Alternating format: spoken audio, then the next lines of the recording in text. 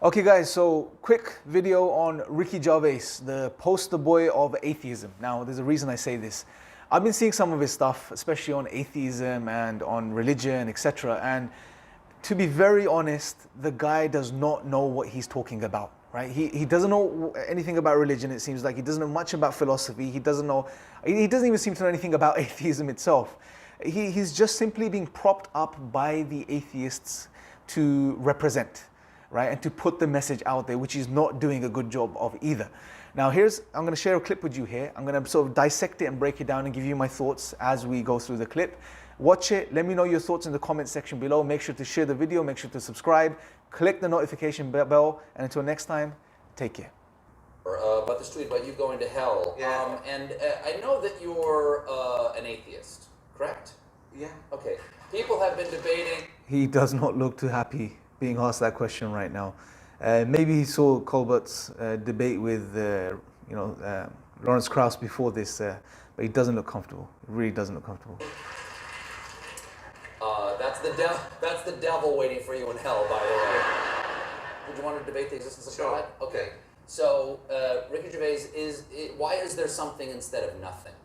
That makes no sense You at all. have to answer my question. That's not the two choices. No, that's the choices Okay, so that doesn't make sense when it's a perfectly reasonable question to ask. Why is there something rather than nothing? Doesn't make sense to Ricky. I don't know why it doesn't make sense to him.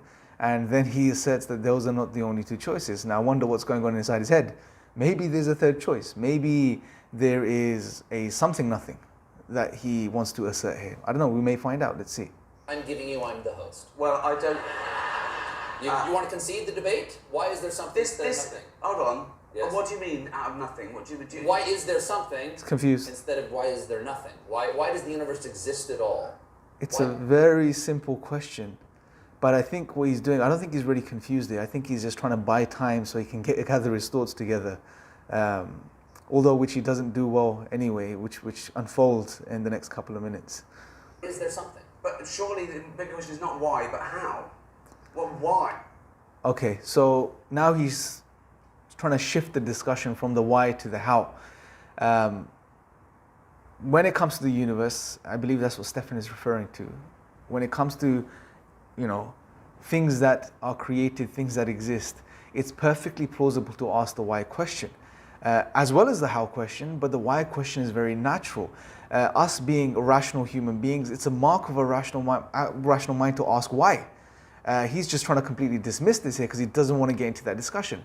But I'm sure if Ricky was to wake up one morning and walk out into his drive and he saw a floating pink elephant right there in his drive, he would ask, why is it there? Right? That would be the first question that comes to him before he decides to figure out how it's floating there and how it is managing to maintain its position, etc., and study it from that perspective. He's just trying to diffuse and move away from that point. Why is it relevant? Okay, fine. How is there something? Because you think of God as the prime mover. How is there anything instead of nothing? I don't. This is a Is ridiculous there a premise. prime mover? Is there a demiurge that started everything?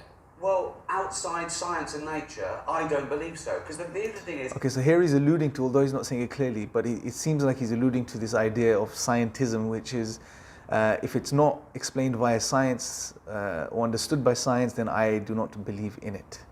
And we'll highlight why there's a problem in a few moments. This is the thing, right? So, I'm an agnostic atheist, technically. So this is going to be interesting now. He's an agnostic atheist today. Previously, in other videos, when he's spoken to Richard Dawkins and he's made other videos on atheism, etc., he seems to come across as a convinced atheist, a positive atheist. But right now, seeing Stefan right in front of him, he seems to have decided to shift gears and become an agnostic atheist, whatever that means to him. Let's see what that is. Let's see how he defines that. Agnostics means no one knows whether there's a God. So everyone's technically... Okay, so good. At least he's defining agnostic somewhat in a correct way, which is no one really knows. Agnostics on the fence. They neither believe nor disbelieve. They suspend their judgment from that perspective. Not agnostic. We don't know. That's true. So that's true. an agnostic atheist is someone who doesn't know there's a God or not, as no one does. So you're not convicted of your atheism? Exactly. Well, I am. Sure. No, I am, because atheism... Right. I don't know about you guys, but that for me is a bit of a contradiction. So he just explained what an agnostic is. He's called himself an agnostic. And then when Stephen asked him, well, you're not really convinced of the fact that there is no God, or that there is no God, you now are saying, no, I am. I am convinced that there is no God. So I don't know where he's going with this.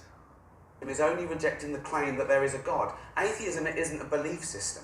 Atheism. So this is another typical point some atheists make. As soon as they're pushed into a corner and challenged, atheism isn't a belief system. And time and time again, when they are normally, having their discourse and engaging, well, they make positive claims. There is no God, without realizing that that is a positive assertion. That's a knowledge claim. That is, if you like, a way of looking at reality because it has implications. So in a way, that is a worldview. It is a positive assertion. This is atheism in a nutshell. You say there's a God. I say, can you prove that? You say no. I say, I don't believe you then. So you believe in one God, I assume. So he's been let off the hook right there. He just cleverly just shifted the whole discussion. Now he's just changed the topic. He's starting to take that dominating position of asking the questions now. But what he said there, he's completely just contradicted himself. The past 30 seconds or so have just made absolutely no sense. On one end, he's claiming himself to be an agnostic. On the other end, he's claiming to be an atheist. He's still trying to hold on to that. But he's holding on to it just enough so he blurs the lines and he doesn't really get slapped down by Stephen. So he's playing it quite clever. He's playing it really, really clever here. In three persons, but go ahead. Okay, so but there are about 3,000 to choose from that have been, people who believe in. I've done some reading, yeah. Okay, so basically, you believe in you deny one less God than I do. You don't believe in 2,999 gods, and I don't believe in just one more. Right. So I don't see the point. This is again this is typical atheist rhetoric. Okay, there's so many gods. He's just putting it in a different way. Dawkins makes the same point. There's so many gods, and this somehow does away with God, right? I just don't understand it. And I've made this point before in previous videos. Just because there are so many conceptions of a thing, it does not mean that thing does not exist. Yeah.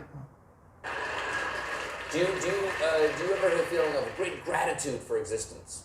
Of course. Do you ever have? I know the chances are billions to one that I am on this planet as me and never will be again. And I know I can't convince you that there is a God, nor do I really want to convince you there's a God, but No. I can only explain my experience, which is that I have a strong desire to direct that gratitude toward something or someone. Of course. And that thing is God. We're mortal. We want to make sense of nature and science, and it's too.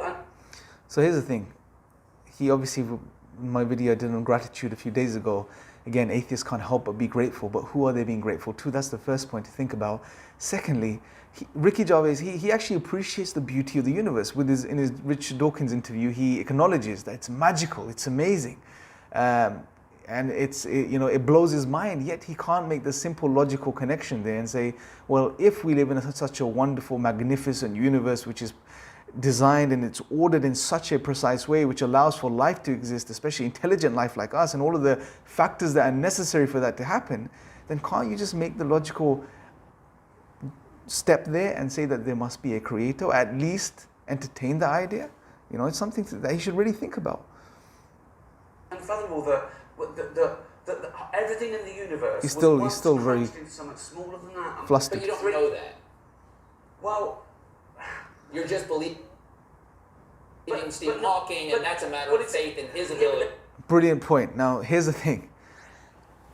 He's referring to the origins of the universe and how it was just all clumped into one small matter. And Stephen catches him out on a really beautiful point here, which is, look, when you're believing in that, when you're asserting that point right now, that the universe comes from, a point where it's smaller than an atom, etc., whatever he said, that you are not referring to direct science anymore, observations anymore, your own study anymore. You are referring or relying upon testimony, the testimony of other scientists, right? So this goes against your notion, if your notion is that science is the only way to truth, which you alluded to earlier and you've alluded to in other videos. Now, this is very contradictory. Unfortunately, most atheists don't recognize this. Some atheists would incline towards, I'm all about science, science is the only way to truth. If it's beyond science, we don't believe in it. This sort of positivist outlook that we've adopted, that some atheists have adopted.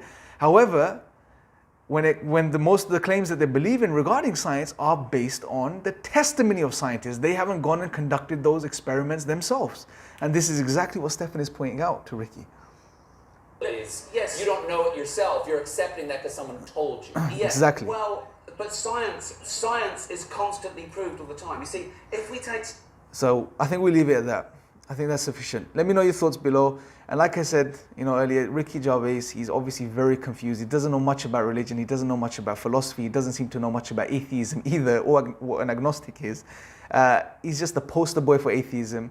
Anyone that takes him seriously, really, I will honestly say, at least he is not worth your eternity. Honestly, you can just take some time to study what he's saying, and I'm sure you will see the problems. Till next time, take care.